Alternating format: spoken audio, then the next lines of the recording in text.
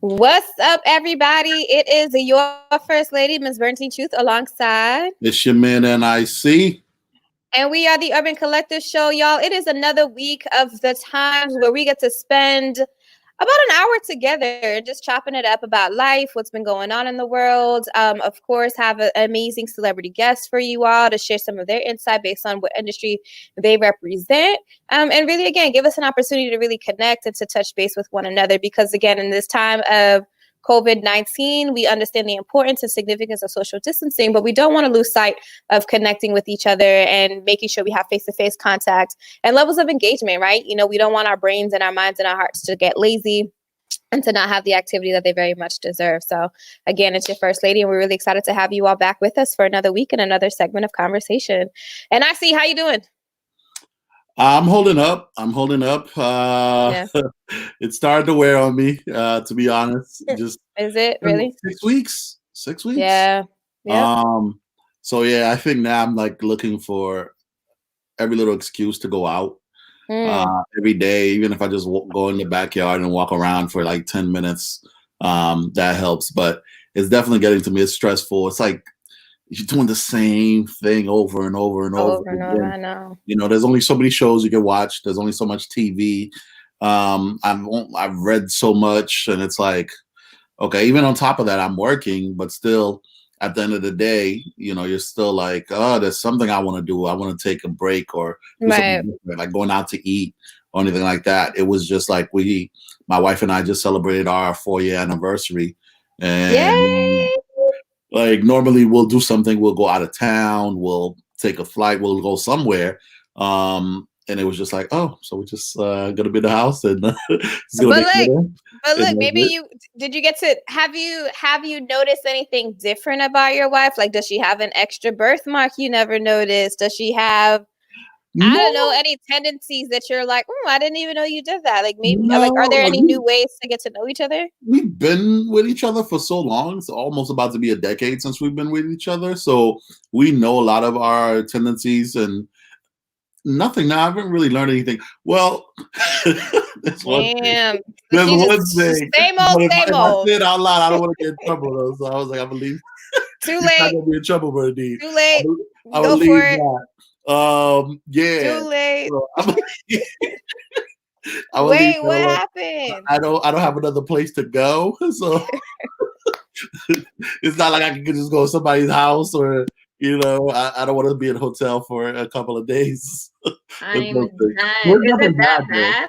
It's nothing bad. Like it's just I was like, oh wow, I didn't realize they talk on the phone a certain amount. That was it. I was just like, okay. And I think also the quarantine might have escalated it or made it a lot bigger because there's nothing else to do. It's like she can only talk to me or otherwise she has to talk to everybody else versus in the past going out and doing different things. So I'll probably say that's about it. Besides that, we've been good. Like, people talking about they're arguing all the time or anything like that. We've been good. Like, you have little points where you get annoyed, but nothing crazy though. But I think that's the importance too of having like a solid friendship with your partner, right? So it's not just about living together and a business ordeal, if you will, but it's about your chemistry and friendship. And so it's really being able to hang out with like one of your best friends, I'd say maybe all of the time. With that, I'm like, I feel you though, as far as like being stuck in the house and just being like, hey, like, how are you? Hey, Ruthie. I'm that's no, but honestly for me, I think I actually have kind of like a flow or a rhythm. Well, no, I don't think I have a flow or rhythm yet, but I feel like I'm starting to really settle. But one of the things that I've noticed is that my sleeping patterns they just don't make any sense. Like at all. Like I feel like it's 1 o'clock in the morning and I'm wide eyed. Like, all right, so where we go? What are we doing? I've heard that from a lot of people. 2 o'clock in the morning, 3 o'clock in the morning, and then all of a sudden it's 9 o'clock and I'm exhausted and I'm drained. So I feel like a child. I think that the importance of recess and having activities for children is so that they can get all their energy out. And I feel like being stuck in the house, even though like my brain might be active, I'm still not like doing too much, so I have this like energy, or I'll be in my head and in my thoughts a lot, so then all of a sudden the world is silent, and then that's when I'm thinking about a new program, a new detail, a structure of something. And got you. yeah, so tonight I'm gonna try to see if I can go to bed at a reasonable hour, at least lay down at a reasonable hour, to just kind of get back into it, because this being up at 2 or 3 o'clock in the morning thing is not it for me on a weekday, right? And like, I'm not used to that. And I remember, like, even when I was, even pre-COVID, you know, being out and things, but still trying to make sure you're home at a reasonable hour so that you can make sure you're recharged for work, right? So now, because you're just, I can't speak for others, but for myself, because I am home and just in a slower paced environment, I feel like I have a lot of energy anyway. And so I'm like, where am I placing this? What am I doing? But it's not so much like I need a lot more mental stimulation. It's just like I need to physically be doing something to wear myself out. I'm not like physically worn out. So that, I think it's like a positive problem, but also a challenge all at the same time. So, and then now thinking about the week and the conversations, right? The governor and Governor Baker announced that Massachusetts will be closing the schools for the rest of the academic school year. When I saw that, I was like, it's a lot. It's a lot. How do you feel about that? It's a lot. I feel like that's all I keep saying, because it's tough. I think that health-wise and based on responsibility, it's a wise decision to make, because our kids need to not be exposed. Parents need to not be exposed, right? We need to really keep our community safe, particularly knowing that youth are our future.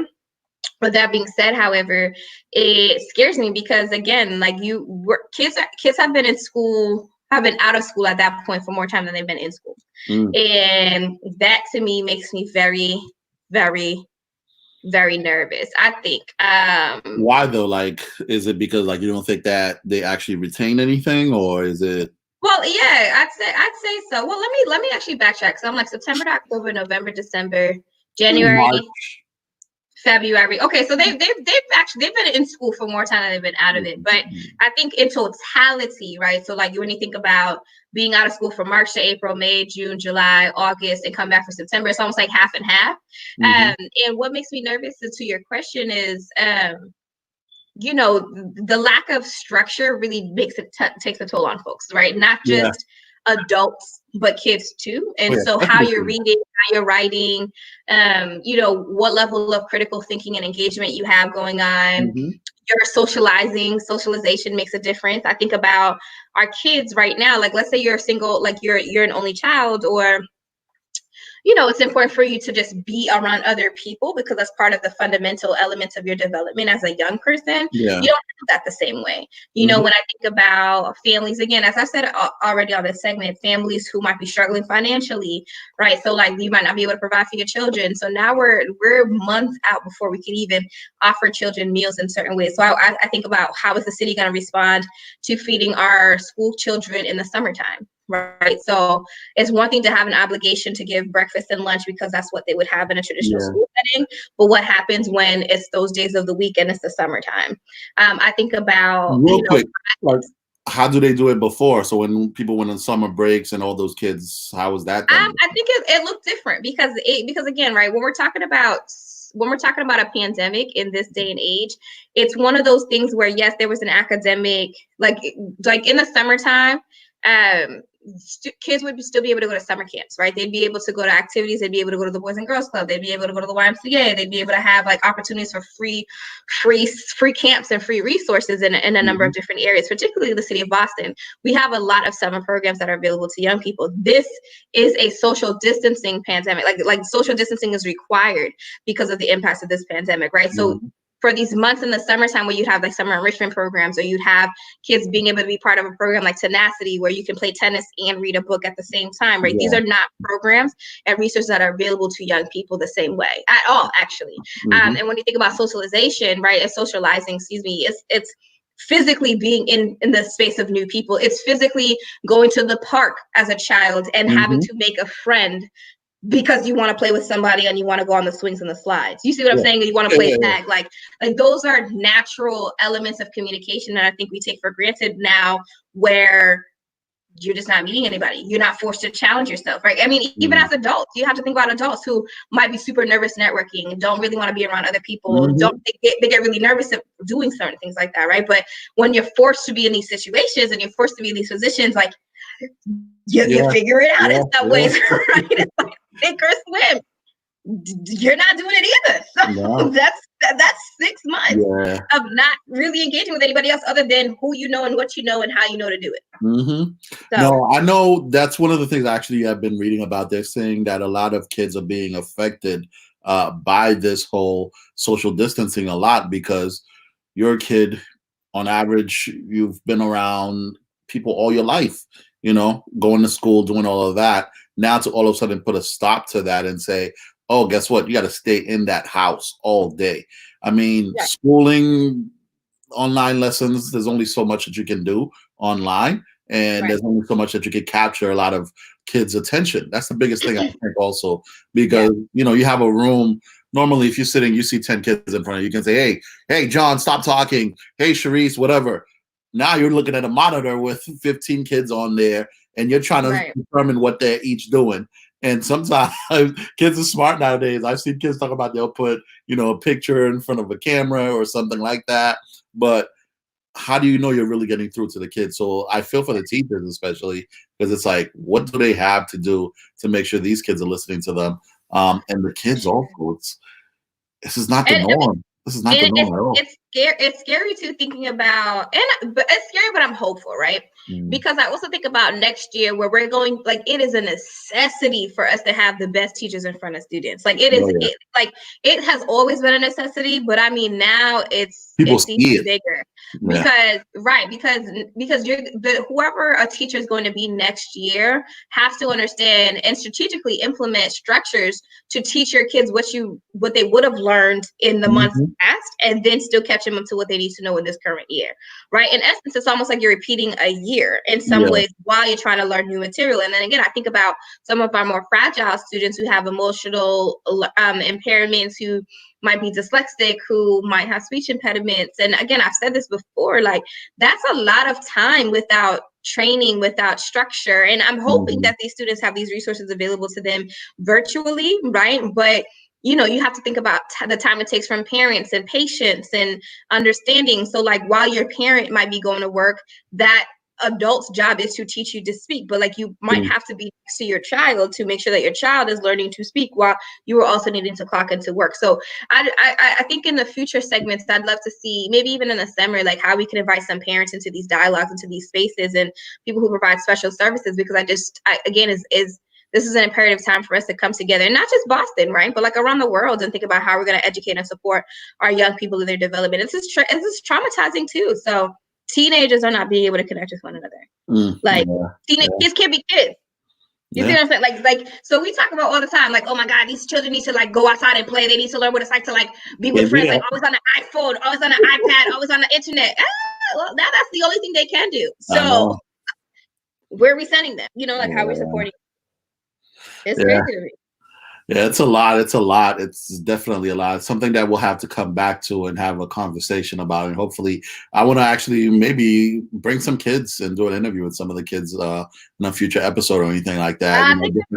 We should do that. That's a great idea, NFP. I think we should definitely do that. Have like a kids segment. Just be like, I want to talk about. Just invite kids to join us live. Yeah. But as always, you know, the Urban Collective, the main point of our show is to have a guest to talk to them and interview them in their field. This week, as it is Earth Week, and we celebrated Earth Day yesterday, and also known as Cannabis Day around the world, we also wanted to bring someone on today. Let me add them onto the chat for us. Hello, Ross. Can you hear us? I can. How you guys doing? I'm good, man. How are you? Pretty good, considering. Hope everyone's staying safe. Yes, trying to. Trying our best, man. Trying our best. Welcome. I'm glad to have you on the show. But I want to let Bernardine, you can do his intro for him and read his bio for the people out there listening. Awesome. All right. So thank you, NIC, for the amazing transition into introducing Ross. So for those of you who don't know, Ross Bradshaw is the CEO and founder of a Massachusetts provisional licensed retail marijuana establishment, New Dia, as well as a board certified public accountant and accountant and Lean Six Sigma Green Belt. He received both his accounting degree and master's in business administration from Providence College. Ross's background includes several years of experience in auditing, finance, and consulting, completing compliance audits for industry-leading not-for-profit pharmaceutical and technology companies. In addition to his corporate experience, Ross has several years of experience in the line of cannabis industry as an advocate, investor, and entrepreneur. Ross's experience includes serving as a director of operations for Healthy Heedy Lifestyle, participating in Can board of directors as treasurer, and most recently, Ross serves as a board of director for Equitable Opportunities, now also known as EON or EON, based in Boston. So, Ross, thank you so much for being here. Can you say hello to our audience? Hi, everyone. Hope everyone's doing well. Yes, yes. So, I mean, go ahead and I think you could jump right into the question. Like the bio said, Ross right now is the owner of one of the cannabis shops and museums. So I really wanted to know what inspired you to open up this cannabis shop in Boston, especially, or in Massachusetts, I should say, because I know it's right outside the borders of Boston. Yeah, so our first location is based in Worcester, and so I've been at this for a while. So I got involved in cannabis back in about 2013 when medical marijuana came on the scene. And at that point in time, I was living out in East Boston, and a lot of organizations, a lot of these big corporate companies were coming to town and were attempting to set up shop to have these medical marijuana establishments. So I was intrigued by, how these businesses, how is this law coming about? And yet none of the folks that I know that I think would be interested in this type of business have any insight in terms of how to get involved or how to get their feet wet. It seemed like there was a closed door. And from that standpoint, that's when it kind of, my wheels started turning in terms of, okay, I want to learn about this industry. I want to learn how this industry is going to develop and how I can take part of it. And what I found at that point in time under the medical marijuana laws is there was no opportunity for a small business, or there's no opportunity for small minority-owned businesses. It was all well-capitalized companies, and for the most part, none of them knew anything about cannabis. They knew a lot about real estate. They knew a lot about the capital markets, but when it came to the pure substance, weed, marijuana, the stuff that I loved, they had no idea what they were doing. And to me, it just seemed like there had to be an opportunity for a way for a small business person to get a foothold in this industry. And also what I started to realize is that a lot of the folks at that same point in time in 2013, although we had decrim here in Massachusetts, folks were still being locked up throughout the country for marijuana possession. But yet we had a handful of folks that were capitalizing off of that sweats of folks that honored and appreciated this plant and were being left out. And so that's kind of what started my journey as an advocate, is fighting for small business and equal opportunity for minorities in this industry, and ensuring that folks that suffered the most in the prohibition weren't left behind. And it's been a long process, and that's kind of what brought us to where we are today now in 2020. Amazing. Thank you so much for that insight. And I really want to bring it back to that comment you just mentioned about like people who are impacted. You want to make sure that they're not left behind, right? And I think part of that really stems from education and providing people with certain resources. So how would you describe the process of opening up a cannabis shop? Like what are some of the hurdles you had to endure maybe in making it happen? What was the experience like for you as a person who identifies as a person of color? Like take us through that. Yeah. Starting a business it's hard. It's the hardest thing that most people can aspire to do. When you want to do it in the cannabis industry, it's about 10 times as harder.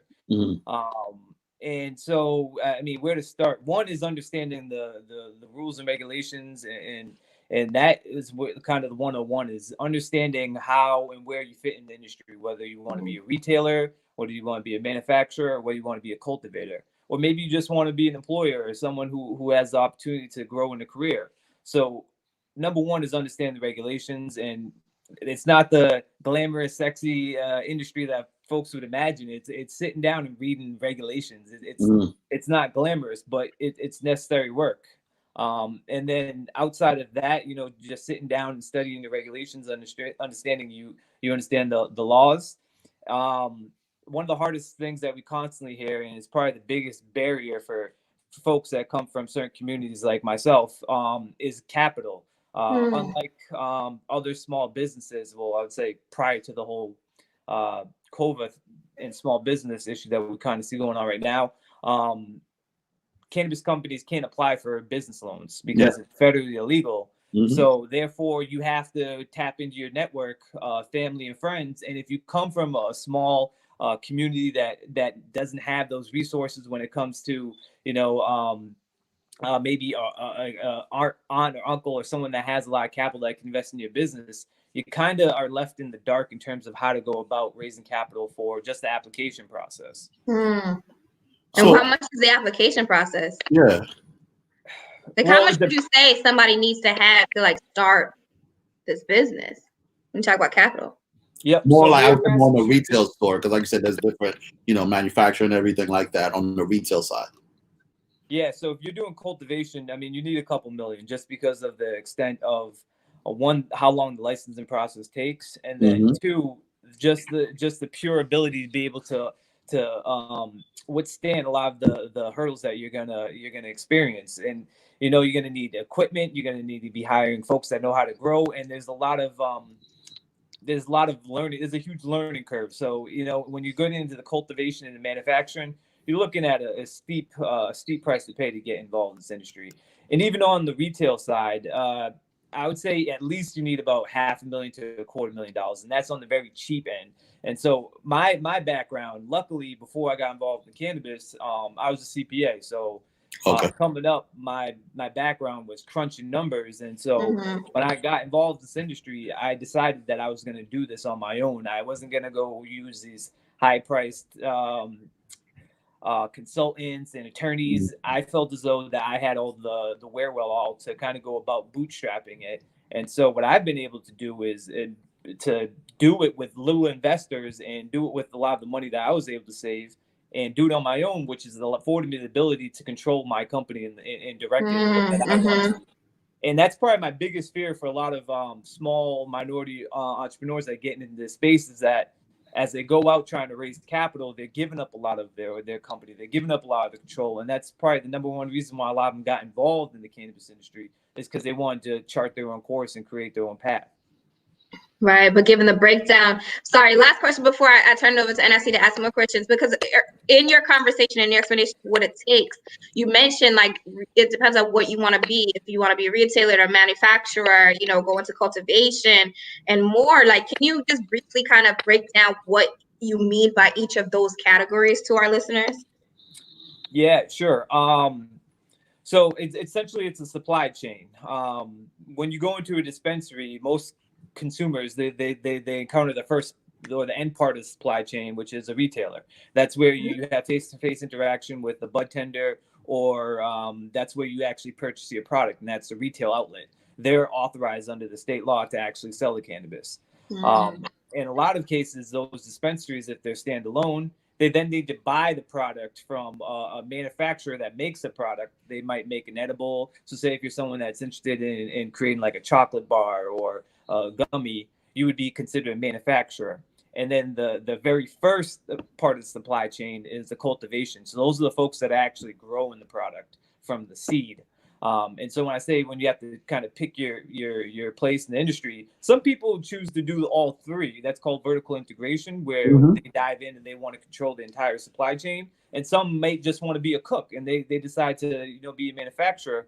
And then there's others like myself. I only want to be involved in the retail aspect because I want to have that interaction with the consumers, with my community. And that's where I think I can develop the most impact, through educating and working with folks and making sure that they consume in a responsible manner that provides them a unique and enjoyable experience for them.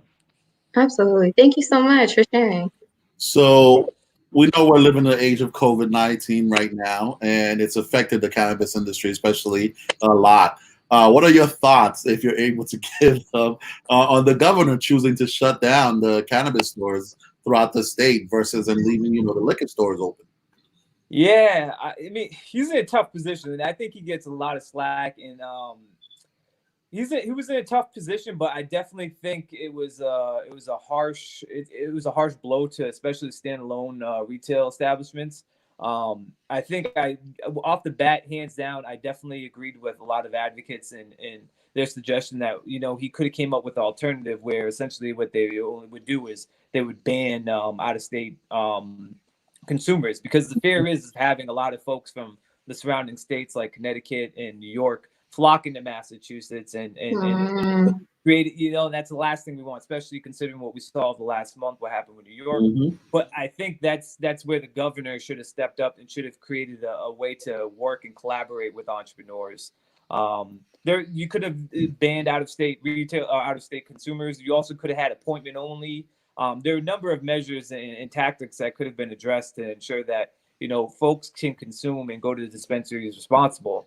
Because I do feel a lot of folks were left in the dark that aren't medical patients, specifically people that come from low-income communities that maybe can't afford to be a patient, and they use the dispensary, the adult side, as a way of coping and as a way as their medicine. Just as I've seen in my own community, just because you're not a patient in the state database doesn't mean you're not a patient that you don't use cannabis for therapeutic process.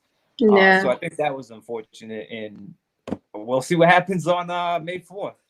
Absolutely. I mean, and again, it's like you're bringing so many points and perspectives to life in this conversation. I appreciate that, because one of the things I think about when it comes to the cannabis industry is the historically marginalized population, right? And so, like, how is this positively affecting us? How is this negatively affecting us? Not just for the closing, but even the existence of the cannabis industry and shops to begin with, right? Like, are we enabling behavior? Are we supporting positive behavior? Where do we place ourselves in that? And so I'd love to hear your honest thoughts on how do you see the cannabis industry both positively and negatively impacting the historically marginalized population? So I guess I'll start with the negative side. I think what this industry is doing, it's highlighting the disproportionate what's highlighting is that wealth gap, right? It's highlighting the gap in opportunity, similar to what we're seeing with COVID-19, and we're starting to see that a lot of Latino and Black communities are the ones that are hit the hardest because of the fact that there's certain jobs that don't allow you to work from home, and there's a lack of savings that allow folks to be able to prepare for situations like this. Right. So we've been able to see over the course of the last month this disparity. And in cannabis, as we start to see this industry legalized and as we start to see it unfold, as of right now, I believe there's only one minority-owned business that's up and running right now that's licensed, or was up and running until the whole COVID thing here in Massachusetts after about a year and a half of operating. How is that possible that there's only one minority-owned business that has a final license here in the state? And that's one of the unfortunate aspects I think that we're starting to see in this cannabis industry. And at the same time, one of the reports that actually just came out, I believe it was I forget what organization it was. They actually did a study where they found, though, even though we have legalized marijuana in a lot of states, in those states, if you look at the arrests that are still happening, it's mostly in minority communities to Black and Latino folks. So we're still seeing that disparity when it comes to arrest. And in terms of positive, one of the things that my organization, or one of the things that we decided to do when we were looking to open up our first shop, was to be in a community that was disproportionately impacted by high rates of arrest for incarceration for marijuana. And in the community that we're going to operate in, those are the same folks that we want to hire. Those are the same folks that we want to help put on the table, and we want to provide an opportunity for them to have a career. And without a doubt, I think that's going to be a way for folks to try to create a career for themselves in an industry they can be excited about. And that's just something that we don't have now, especially after this whole COVID-19 thing settles down. Who knows how this whole landscape's going to look, but people are going to be looking for a new opportunity, a new way to go about their life in a way that has meaning and has purpose. And I hope that organizations like myself and the other minority groups that open up cannabis shops throughout the Commonwealth are going to provide that avenue for folks to excel in that regard. Absolutely. Now, what about the emotional implications of dependency factors? So marijuana as you mentioned, right, people, you may use it and it's not because you have necessarily like a prescription that requires it, but again, people use it for like anxiety, for stress, etc. But what are your thoughts on whether or not you think that's an actual positive element of supporting people through anxiety, or if it's a negative enabler? Yeah, I think a lot of it comes down to personality, right? Some people have an addictive personality. It doesn't matter what it is. It can be food, it can be sugar, it can be sports, it can be gambling. And same thing for cannabis. I've seen it growing up throughout my life. Folks that have abused cannabis, and I think it's important to understand. Anything in life can be abused, anything can be overconsumed, and you have to be aware of that. You have to be mindful of that. And I think even more so with cannabis, when you do consume cannabis, like when I consume cannabis, I try to be mindful of my surroundings. I try to be mindful of myself. And why am I using cannabis at that point in time? Is it to be more aware in the element? Is it to be, reflect on something that's going on in my life? It should never just be, oh, I just want to smoke right now. I just want to smoke right now. For me personally, that's not how I approach cannabis. And that's how I think other folks should kind of be more conscious when they do anything, whether it's drinking socially with a friend or if it is consuming cannabis. Always just be mindful. If you do realize that maybe you're doing it to escape or maybe you're doing it as a coping mechanism, finding alternatives, whether that's, one of the things that we don't see a lot in the Black and Latino community is, seeking counseling if that's what's needed to be, and not just using other substances as a mechanism. Yeah. Yeah, talking about that, like, so when you opened up your shop, I have like a two-part question on that. What has been the demographic, like the type of customers that you're seeing that comes into the shop? What do you see? And then also, are you seeing support from the minority community for your shop once you open it up? But not just after you open up the shop, but throughout the process with saving the money and everything like that to help open up the shop? Yeah, so we're not open yet. So we're planning on launching this summer. We have our provisional license. We have our local. Oh yeah, license. I remember that. Yeah. Yep. So one thing that's unique about my operation, it's the same community that I grew up in, which is a community that, as I mentioned before, that high rates of arrest. That it's a low income community, and for me, it was important to be there because I knew I could represent that community better than anyone else out there, and that I could serve my people, I could serve my community in a way that was going to be beneficial. And because of that, I've actually received overwhelming support. One of the things that a lot of entrepreneurs struggle with, as I mentioned before, capital is a big piece of it, but also when it comes to support within our community, a lot of times that's a deal breaker for a lot of municipalities because they pick it or they start or they create a sense of fear because they don't know what a cannabis dispensary is going to bring to their community. And what I always bring up is the fact is that, listen, we're not bringing anything that isn't here to begin with. We're just creating an avenue that it can be legalized and that it can be normalized and not demonized in certain communities. And so for me, approaching cannabis in that way, we actually received outstanding support for our operation in the city of Worcester. And even in the city of Boston, we actually have another application that's pending in the city of Boston. And same thing, taking a grassroots approach where we start with the people first has been tremendously beneficial for us.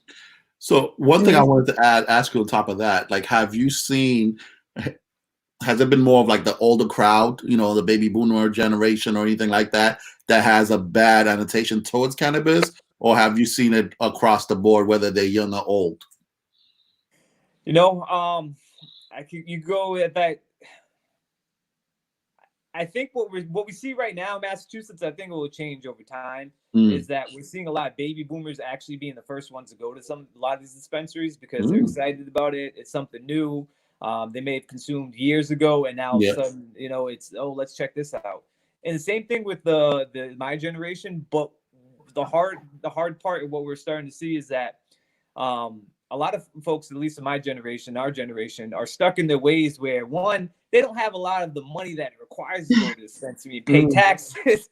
You go to the dispensary and, you buy what you usually would buy from your tradition, your boy or your friend, and you're $80 short already and once you go to the dispensary, and you got a quarter of what you would have got had you just sat at home and picked up the phone and called one of your friends.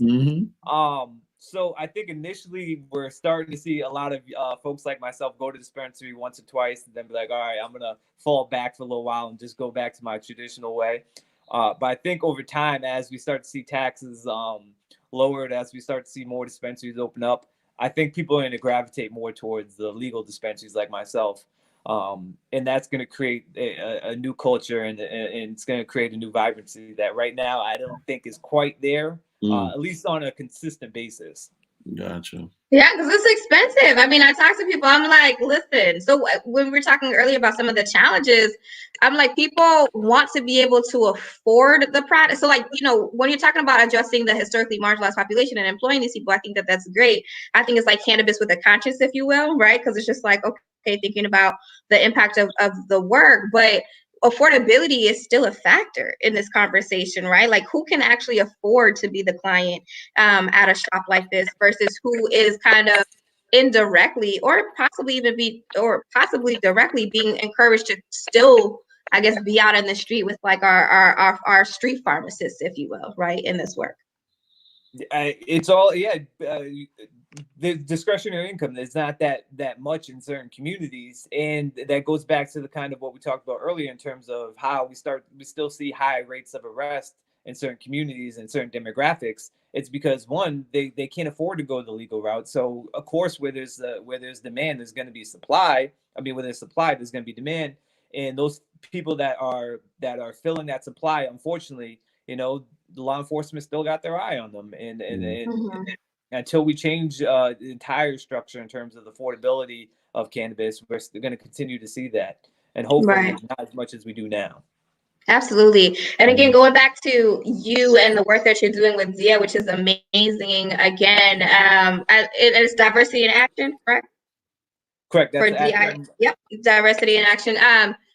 You know, I think that and from your conversation, there's certainly like a personal connection to the work that you're doing and how you're doing it, right? You've alluded to kind of being a user yourself and just understanding how you're no better person to be in your community. There's no better person to be in your community because you understand that life and that dynamic. What would you say are some of the upsides and downsides for you personally, like you as Ross going into this business and having your own shop, you know, and professionally, I guess, and how you want to continue to grow from that personal introspective lens? Yeah, so I would say the downside, not so much now, but when I first got involved, like I said, I started about in 2013, where, you know, a lot of folks were diving into this industry because it didn't kind of pan out yet. It wasn't as popular as it is right now. And so coming from my community, coming from where I came from, you know, I always just wanted to create a path, an avenue for myself, and you know, make my family proud, and to kind of look back and say, yeah, you know, I overcome a lot of obstacles, and doing so, I became a CPA at a very young age. And so I remember when I told my father, yeah, you know, I became a CPA, I did well. You know, I had this great career in Boston, and now I'm going to get involved in the cannabis industry. And so for him, I know he paused for a second, and even people in my social circle looked and were kind of disappointed, not disappointed, but, you know, just had to scratch their head. Why? Yeah. Why? Yeah, like of all things. Yeah, especially, you know, I grew up, my first career was as CPA in Boston in the financial district. And you don't find a whole lot of minorities that are able to climb that ladder. And when you decide, hey, I'm going to jump ship and do something entirely different, a lot of people just question that. And I think that's one of the other issues that we have to change, is that if we are going to get more women and minorities involved in this industry, we got to erase a lot of the stigma attached to it, especially for people that want to have a career in this industry. Because I definitely felt that stigma when I first decided to make that leap. So what made you decide to take that leap, if you don't mind me asking, to go from being a CPA, like you say, making good money, to now saying, let me do a whole 180 and go in the opposite direction and get into the cannabis industry? I've always just wanted to create my own path. You know, I wanted to be able to, you know, be my own boss, and I saw this industry, and it just made sense to me. One, it was something that I grew up around that I always just questioned. Like, so I grew up in a family, I grew up in a community where, you know, I always saw people that abused alcohol. Like, I seen alcohol just ravage people. And even me, I've been personally touched in my family from folks that struggle with alcoholism.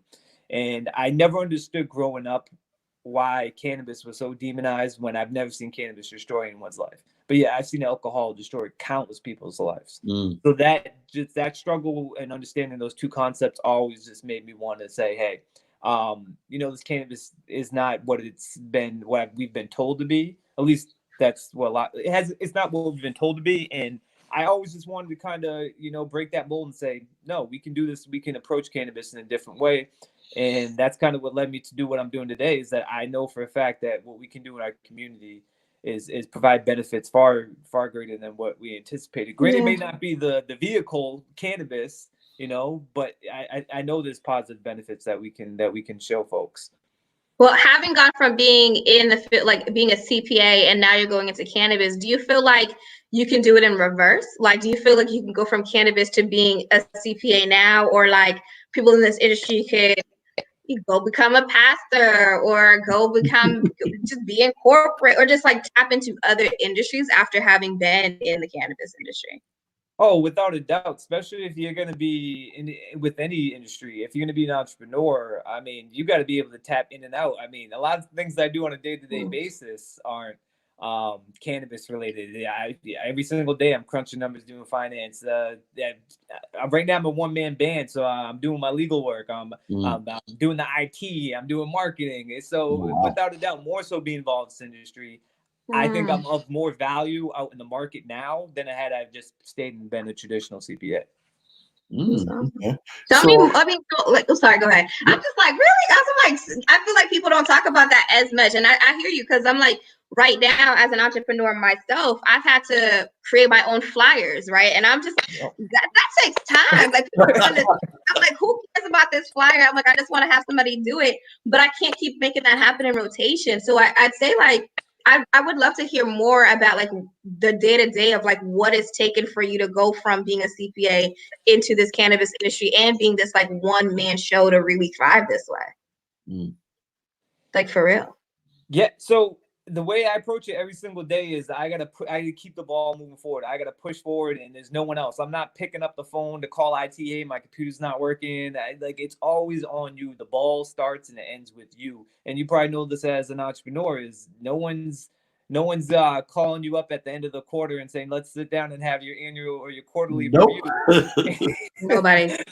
Unless you're looking in the mirror and you're having that conversation. I am. I'm like, what are we doing today? So that in itself just you could say it's pressure, but for me, I love it because it's like it all begins and ends with you. And if you fail, it's on you. If you succeed, it's on you. And if you can have fun in between the failure and the accomplishments, then you already won. And that's kind of how I feel. Like, I'm having fun doing what I'm doing. Yeah. Yeah. And you meet crazy good people that are doing all these inspirational things that you never would have had you just been sticking in your cubicle doing your spreadsheets all day like I would have been. I meet so many different interesting people, and for me, that's probably the highlight. And that's so true. That's so true. That is one of the rewards that you do being an entrepreneur, meeting other people and seeing all the creativity that's happening, especially around Boston. Doing this show, it's opened my eyes up a lot. So going back to you, I know you have a timeline. You said, May 4th is when the governor is saying that the shops can open back up. You got the license, you were approved. So what's your timeline for the Worcester store? And I know you said you were looking to go into Boston. What's the timeline also for opening that up? Yeah, so Worcester is we're full steam ahead, where we've been fortunate under these conditions to be able to move forward with our construction. So we're shooting to have our dispensary up, the build out done by the end of May, and then have our doors open shortly after. One of the things that happens with a lot of folks that go through this licensing process is, and this was in the news a lot over the winter, is the number of approvals you have to have from the state. Even after you have your license. So that's the one aspect. After we do our build out, we still wait from the state, but hopefully because we're a priority license, we'll go fast through that process. And then in Boston, I don't know if you guys know or have talked to anyone else who's involved in that. It's actually getting it's not that it's getting sad. It's been sad in terms of a number of folks have stuck their neck out on the line to try to start a business, and the fact they've kind of, including myself, have just been left out there to kind of blow in the wind. And I think unfortunately, I think after all this settles and that Boston actually opens up their application process again or moves forward with the current applicants, I don't think a lot of folks are going to be standing.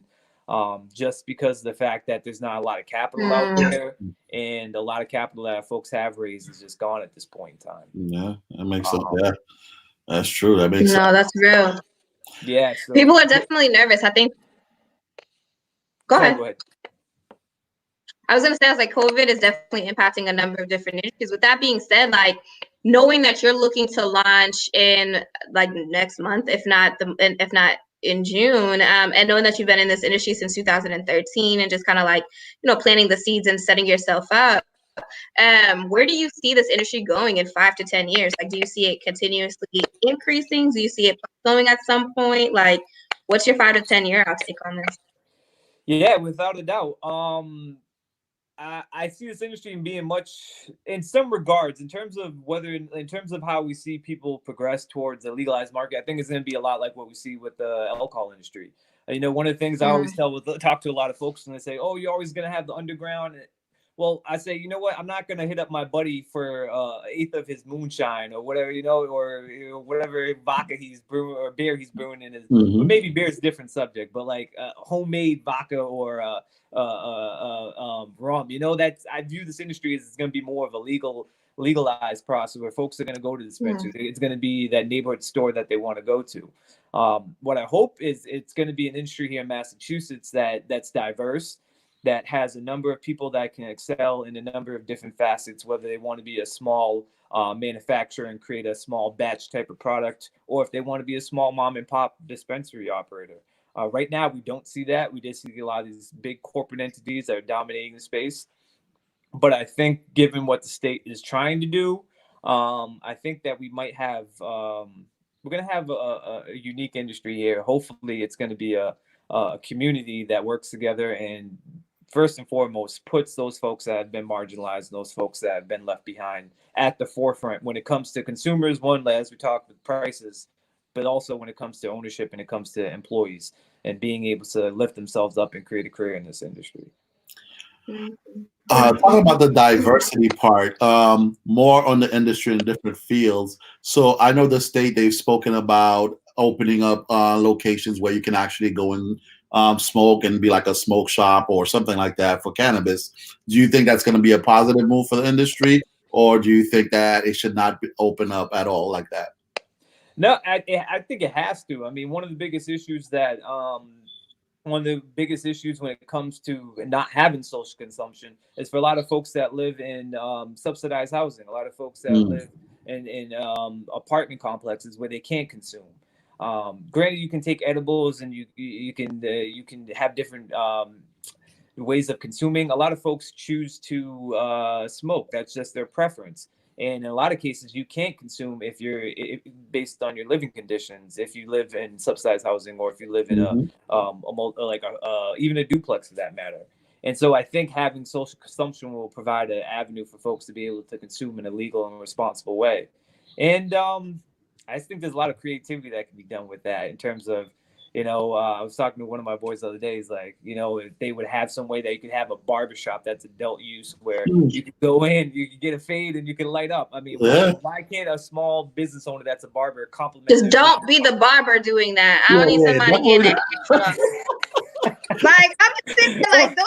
Like, what happened to my fade, bro? Like, I'm out here getting a lineup, for the men getting their beards done, and it's just like, there goes my nose. Like, no.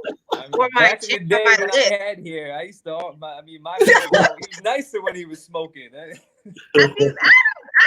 don't know. I think it's a fine line. I think it's all about the consumer knowing what their boundaries and their limits are, right? Because some people will be like, yeah, they smoke and drive, and then other people are smoke and sleep, and I'm like, if you're a smoke and sleeper, you shouldn't be a smoke sleeper barber. I'm just saying. The little thing. No, but like one of the biggest things in the industry is that I think I'll see out of it is, cooking with marijuana, cooking with cannabis, that you can go to a restaurant.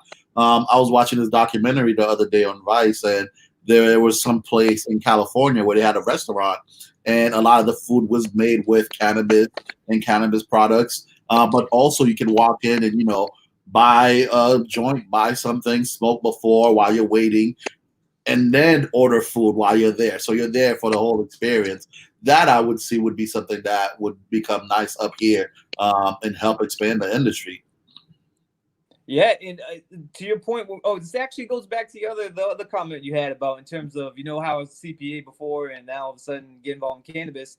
I think the best avenue You're cutting off, the most inspiring way I think for me that I would like to see folks get involved in this industry is complementing whatever they do now. Maybe it's not a barber, but say if you're someone who does it always comes up as someone who does yoga or someone who does nails or someone who does whatever it may be that they do in their regular profession that just wants to complement it with cannabis. Gotcha. So we have a lot of listeners and people that's always asking us, how do you start, or somebody that wants to start in cannabis, how would they start with the industry? Not just industry, I mean like starting to smoke and starting to get it. Would you want them, what advice I would say would you give them? Would you want them to start more on smoking regular cannabis? Would you want them to do edibles or drops? What advice would you give and guidance you give to them? I've always been a smoker. I like the ritual. I like it's just therapeutic to me, and that's always just been my go-to. I've never really been a huge edibles or dab fan. It's more so just that whole process, the whole ritual of smoking that I personally enjoyed. It's very therapeutic to me. And I have just reminiscing because it was 420 the other day. Just reminiscing. I just have a lot of memories with some of my closest friends and people, and just that sharing of experience. So for someone who's getting involved in cannabis, one, do it in a safe manner, do it in an environment where you're comfortable, and do it with folks that you enjoy being around. You use it as a communal experience. Use it as an opportunity to bond with people. There's different ways you can consume cannabis, and I think one of the best ways to do is to do it around folks where you can share creativity, where you can share ideas, and share a laugh, especially in today's day and age where we're going through right now. Granted, don't do it now. Social distance, we got to respect that. Yeah, we don't want to be passing. When the time, exactly. When the time comes, though, I mean, personally, that's how. If I was someone who was just getting involved in the cannabis, I would recommend being introduced. Okay. Bernadine, are you still there? Can you hear us? I think she's gone. All right. So one of the last questions that we had for you is, what word of advice would you give to anybody that's looking to open up their shop or looking to get into this business professionally, especially in the state of Mass? So what's the word of advice I would give them? Yeah. Like where to get started, how to get started. Yeah, I mean, first and foremost, make sure you're involved in this industry for the right reasons. It can't just solely be about dollars, because at the end of the day, you're going to come up against so many hurdles. You're going to spend so much money. You're going to leave a lot on the table, where if it's just solely about dollars and cents, then I don't know if you're going to have the endurance to last to make it to the finish line of opening your own business, because it's such a long headway to get to that point. And then in terms of, where to start and what to do, the number one thing, my biggest probably frustration with a lot of folks I talk to, whether sometimes it's the lawyers, is understand the regulations, read the regulations. You can go to the state website right now, Massachusetts Cannabis Control Commission. And I usually, right next to me, got a thick stack of the regulations that I'm constantly flipping through. Read the regulations. I would spend an entire 2-week period of just going through and reading every single document that's on that website. Because if you don't understand the rules and regulations, then you don't understand the rules to the game, and you can't win. Okay. Thank you for that. And last question that we had for you, Bernadine, you break it up. Can you hear? Yeah, I'm like, can you all hear me? Yeah. Now I can hear you. I can hear you. Can you all hear me? Yeah. Okay, perfect. I was gonna say, I was like, we always like to close out our show asking all of our guests to let people know how they can stay connected, how we can continue to support you in your work. So if you wouldn't mind just sharing your social media handles and maybe the name of your spot and all of that, and like where we can find you and where people can support your work. Yeah, so once again, I'm slacking on that. And just as we talked about CPA and IT, I need to get on my social media. I need to get on that.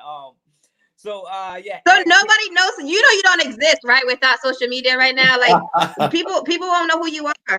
I know. I gotta step up that part outside of Worcester.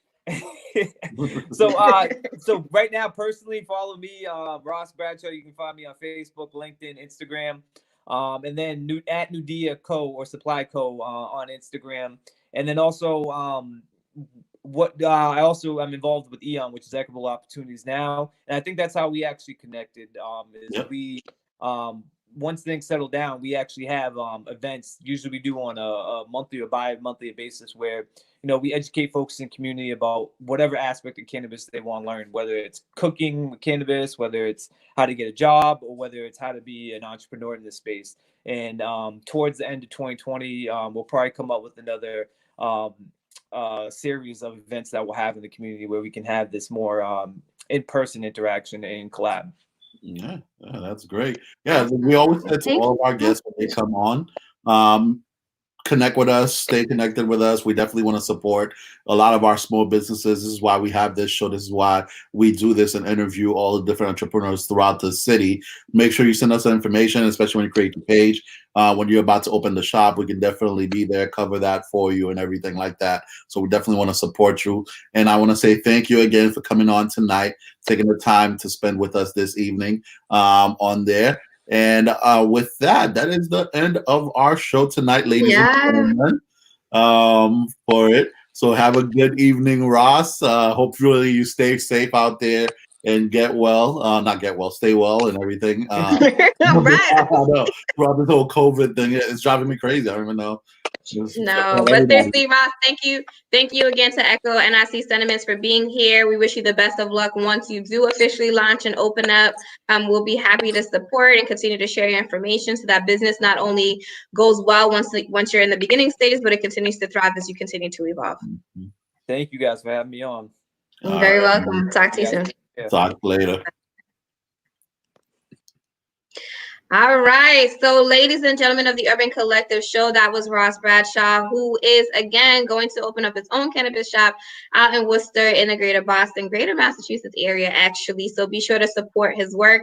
Really talked about cannabis with a conscience, if you will, right? Talking about the importance of not only recognizing how big of an industry the cannabis world is, but how do you again give back to your community and really provide pathways for people who are often incarcerated to also become employed and to really contribute back into the economy and to sustain and maintain their own progress in life and for their advancement. So he's shared a lot of tools and a lot of gems. If any of you are looking to go into your own world of cannabis, it takes a lot of funding, it takes a lot of capital, a lot of support, but it is not impossible. So it is clearly not a process that you can go into overnight, but it is one that requires a lot of patience and a lot of research. Yes. And as always, we want to thank Ross Bradshaw for being on tonight. We want to thank you to all the guests, all the listeners out there. Without you, the show would not be possible. We're doing it for you to educate you, for you to listen and gain some knowledge, because this is all about entrepreneurs and we want to focus on you, especially during these times with COVID-19 happening. A lot of businesses are being affected by this. A lot of people are out of jobs. And there's something that I read the other day that said throughout every recession or every big tragedy or event that's happened in the world, some of the major corporations and startups have started during these times. So this is the time of entrepreneurs. Do not get down on yourself. Do not blame yourself, or do not go into that deep depression stage. Focus on what you need to do and how you need to build your business or anything, an idea that you may have. So thank you for everyone. Tell a friend to share the show. Absolutely. And to follow us on social media at the Urban Collective Show, both on Instagram and on Facebook. We are also, and I always mess this up, we're on Twitter too. Find us, the Urban Collective Show. And email us at theurbancollectiveshow@gmail.com. We are here and we are for you. And as always, we love to close out our shows with an inspirational quote to get you all going in the spirit of entrepreneurship, in the spirit of persisting through this pandemic and COVID-19, and in the spirit of just keeping your energy high and staying real and staying committed to your dreams. I'd like to leave you all with a quote by Reginald Lewis. And Reginald Lewis said it clearly and simply: keep going no matter what. So with that being said, folks, keep going no matter what. It is your First Lady, Bernadine Truth. It's your man, NIC. And we are the Urban Collective Show. We will check you all soon. Catch y'all next week. Deuces. Bye.